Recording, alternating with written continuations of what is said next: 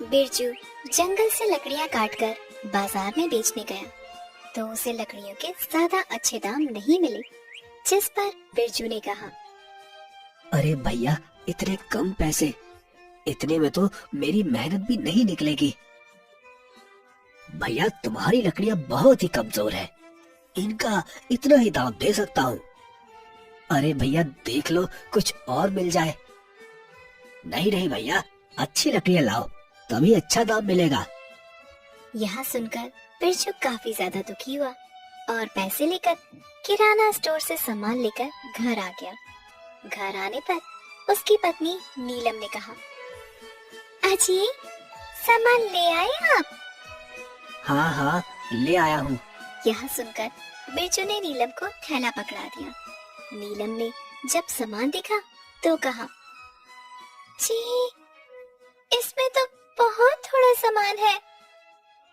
मुझे पता है, पर जितने पैसे थे सबका सामान ले आया हूँ। इस तरह हमारा गुजारा कैसे हो पाएगा जी?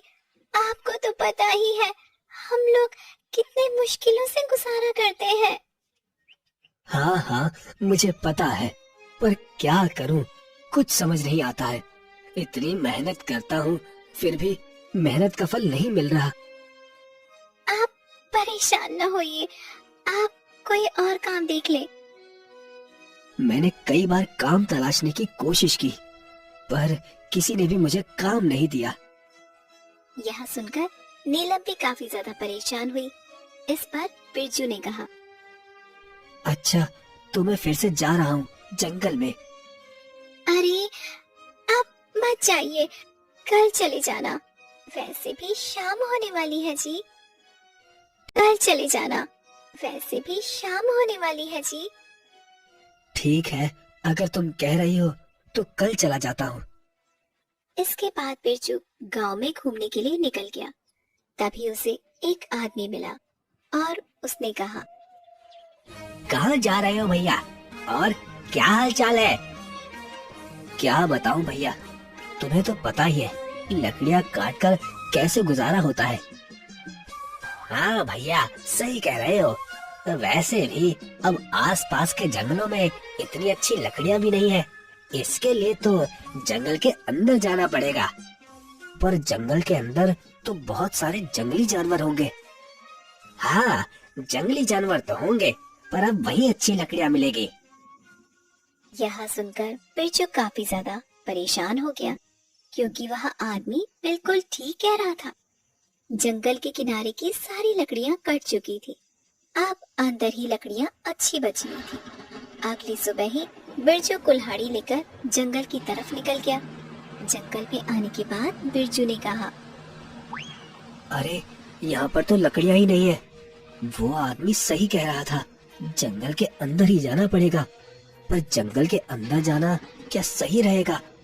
क्योंकि वहाँ पर तो बहुत सारे जंगली जानवर होंगे जो काफी खतरनाक होंगे। बिरजू जंगल के बाहर ही खड़ा सोचता रहा और फिर उसने कहा, अगर जंगल के अंदर नहीं गया तो आज मैं अपने घर पैसे नहीं ले जा पाऊंगा, और वैसे भी अगर पैसे नहीं होंगे तो फिर गुजारा कैसे होगा? यही सोचकर बिरजू जंगल के अंदर चला गया। थोड़ी अंदर जाने के बाद उसने इधर उधर पेड़ देखे, पर उसे कोई भी अच्छा पेड़ दिखाई नहीं दिया। अरे, यहाँ पर भी कोई मजबूत पेड़ दिखाई नहीं दे रहा है जिससे मैं लकड़ियाँ काट कर ले जाऊं। लगता है और अंदर जाना पड़ेगा।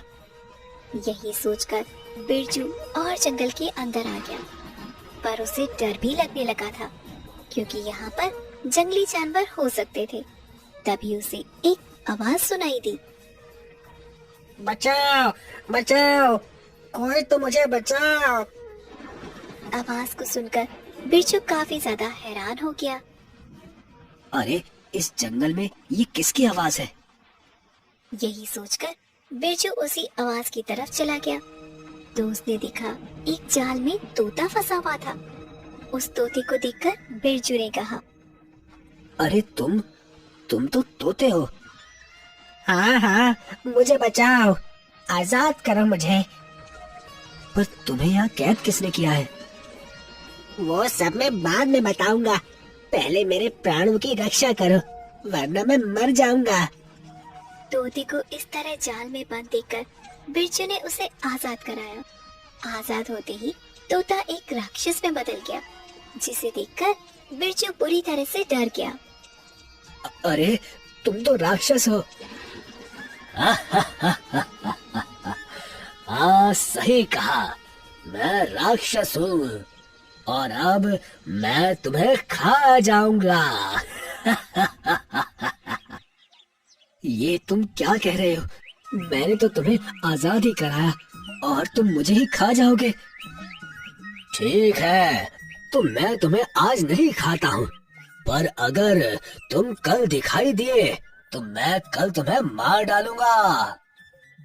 यह सुनकर बिरजू काफी ज्यादा परेशान हुआ और वहाँ से भाग गया।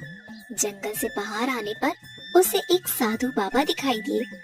साधु ने जब बिरजू को इतना परेशान देखा तो उसने बिरजू से कहा, क्या हुआ, तुम इतने परेशान क्यों लग रहे हो? महाराज, अभी मैं एक राक्षस को आजाद करके आया हूँ, इसी वजह से परेशान हूँ। क्या तुमने उस राक्षस को आजाद कर दिया? पर मैंने तो उसे तोता बना दिया था। यह सुनकर बिरजू ने साधु को सारी बात बताई, जिसे सुनकर साधु ने कहा, ये तो तुमने अनर्थ कर दिया है। उस राक्षस ने जंगल में कई दिनों से उत्पात मचा रखा था, इसीलिए मैंने उसे तोता बनाकर कैद कर दिया था।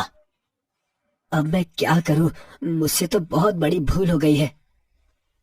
तुम चिंता मत करो, उसे दोबारा फिर से कैद किया जा सकता है। यह कहकर साधु ने उसे कुछ भभूति दी और उससे कहा, ये लो भभूति और उस राक्षस के ऊपर डाल देना, जिससे वो फिर से तोता बन जाएगा। यह सुनकर बिरजू काफी ज्यादा खुश हुआ और अपने घर आ गया। अगले दिन वह फिर से उसी जंगल में गया। राक्षस ने जब बिरजू को देखा तो बिरजू से कहा, तू आज फिर यहाँ? मैंने मना किया था ना कि यहाँ मत आना। तुमने तो मना किया था, पर क्या करूं, पापी पेट का सवाल है। मुझे कुछ लकड़ियां काटनी है। लकड़ियां काटनी है? पर कैसे काटोगे? यहाँ तो बहुत बड़े बड़े पेड़ हैं। हाँ, ये तो मुझे भी पता है। जरा तुम मेरी कुल्हाड़ी पकड़ लो बस। क्यों? मैं क्यों कुल्हाड़ी पकड़ लूं?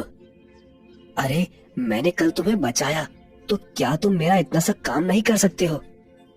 यह सुनकर राक्षस ने कुल्हाड़ी पकड़ ली और उसने कहा, अरे ये कुल्हाड़ी तो बड़ी ही हल्की है।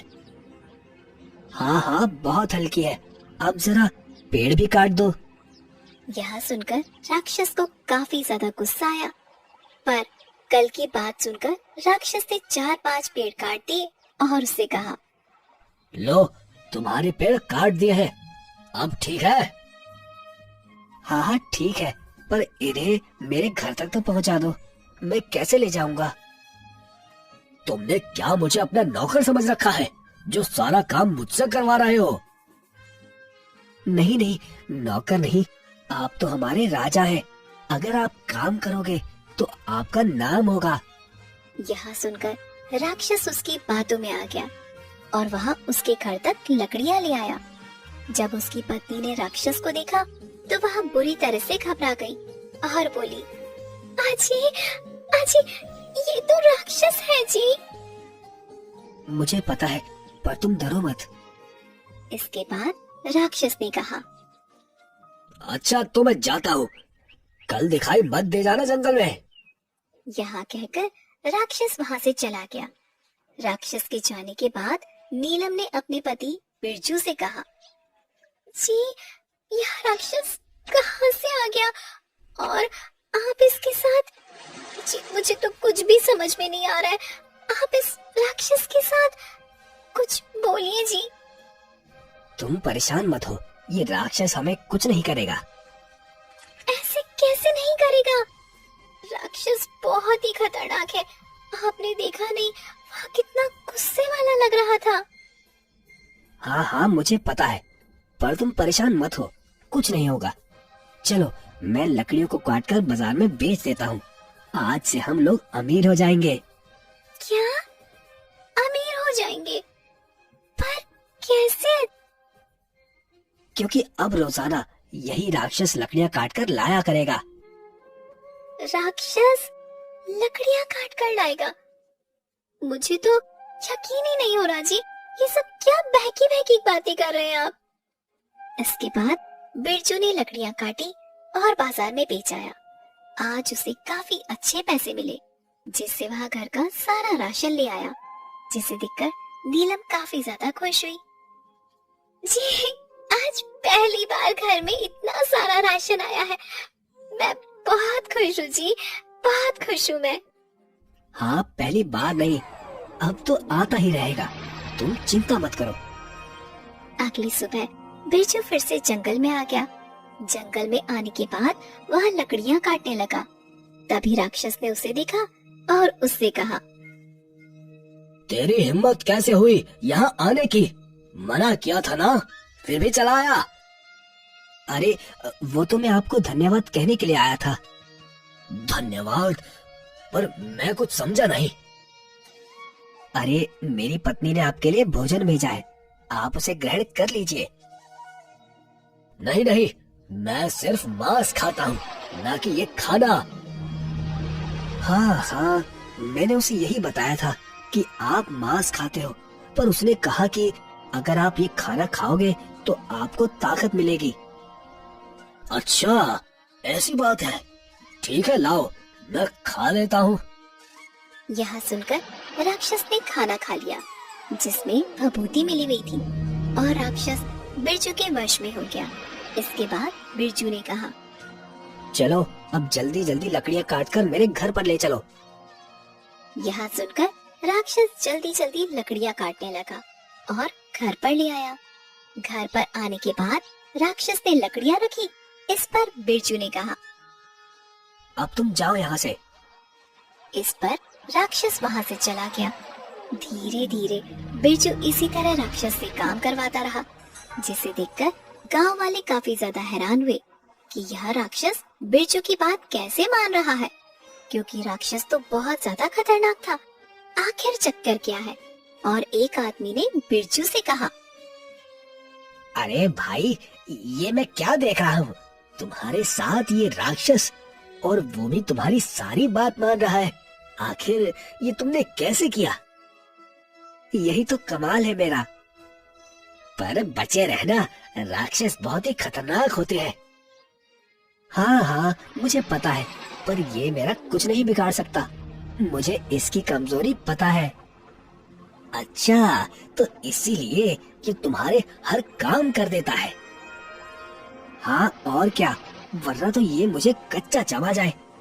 वैसे अगर तुम्हें कुछ काम करवाना हो तो बता देना, तुम्हारा भी काम करवा दूंगा। नहीं नहीं भैया, मैं तो सारे काम खुद ही कर लेता हूँ।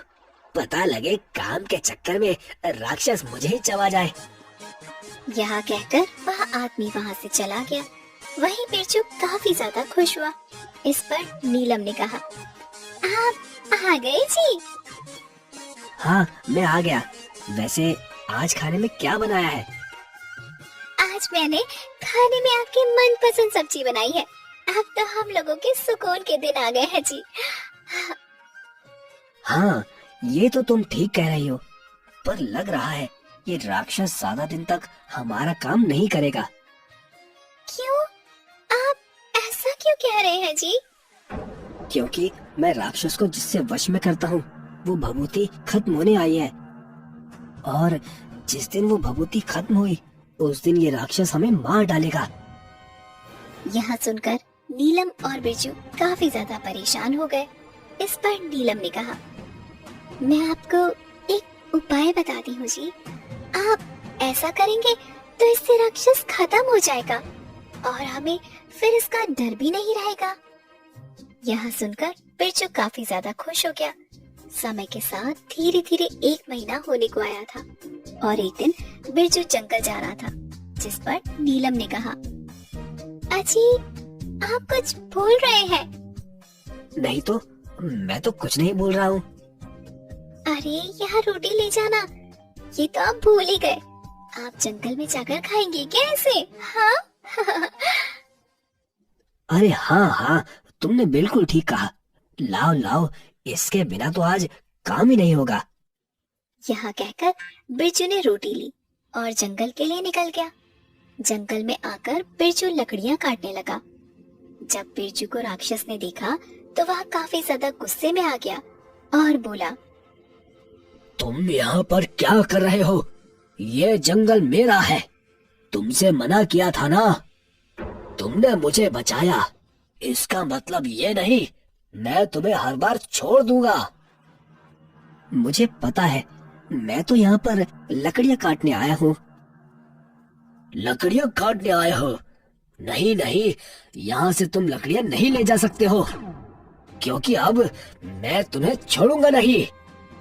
यह कहकर राक्षस बिरजू को मारने के लिए उसकी तरफ बढ़ने लगा, जिस पर बिरजू ने उसे फिर से रोटी दी और उससे कहा, लो, पहले थोड़ा खाना खा लो, जिससे तुम्हें ताकत मिल जाए। नहीं नहीं, मुझे नहीं खाना। पता नहीं इसे खाने के बाद मुझे क्या हो जाता है। अरे कुछ नहीं होता है, तुम पहले ये खाना खा लो, तुम्हारे अंदर बहुत ज्यादा ताकत आ जाएगी। यह सुनकर राक्षस ने फिर से उस रोटी को खा लिया और वह बिरजू के वश में हो गया। इसके बाद बिरजू राक्षस से अपने सारे काम करवाने लगा। उसने बड़े बड़े पेड़ों को जल्दी जल्दी कटवाया और उससे कहा, चलो अब इन्हें मेरे घर पर ले चलो। इसके बाद राक्षस उन्हें घर पर ले आया। तभी अचानक उसका प्रभाव खत्म हो गया और उसने कहा, ये मैं क्या कर रहा हूँ? वो भी तुम्हारे घर के पास? तुमने मेरे साथ क्या किया? जल्दी बताओ, वरना मैं तुम्हें छोड़ूंगा नहीं। कुछ नहीं किया मैंने, पर अब मैं करूंगा। ये तुम क्या बकवास कर रहे हो? मैं तुम्हें छोड़ूंगा नहीं। यह कहकर राक्षस बिरजू को मारने के लिए आगे आया। तभी बिरजू ने भभूति को राक्षस के ऊपर डाल दिया, जिससे राक्षस फिर से तोता में बदल गया। यह देखकर बिरजू काफी ज्यादा खुश हुआ और उससे बोला, अब तुम इसी तरह तोते के रूप में भटको, तुम्हारा यही दंड है। नहीं नहीं, मुझे आजाद करो, वरना मैं तुम्हें छोड़ूंगा नहीं। नहीं, अब तुम मेरा कुछ भी नहीं बिगाड़ सकते हो। अब जाओ यहाँ से, ऐसे ही घूमना, तब तुम्हें पता लगेगा दूसरों को दर्द देने में कैसी पीड़ा महसूस होती है। यह सुनकर राक्षस वहाँ से तोता बनकर उड़ गया और अब बिरजू और उसकी पत्नी नीलम काफी ज्यादा खुश थे और अब बिरजू आराम से पहले की तरह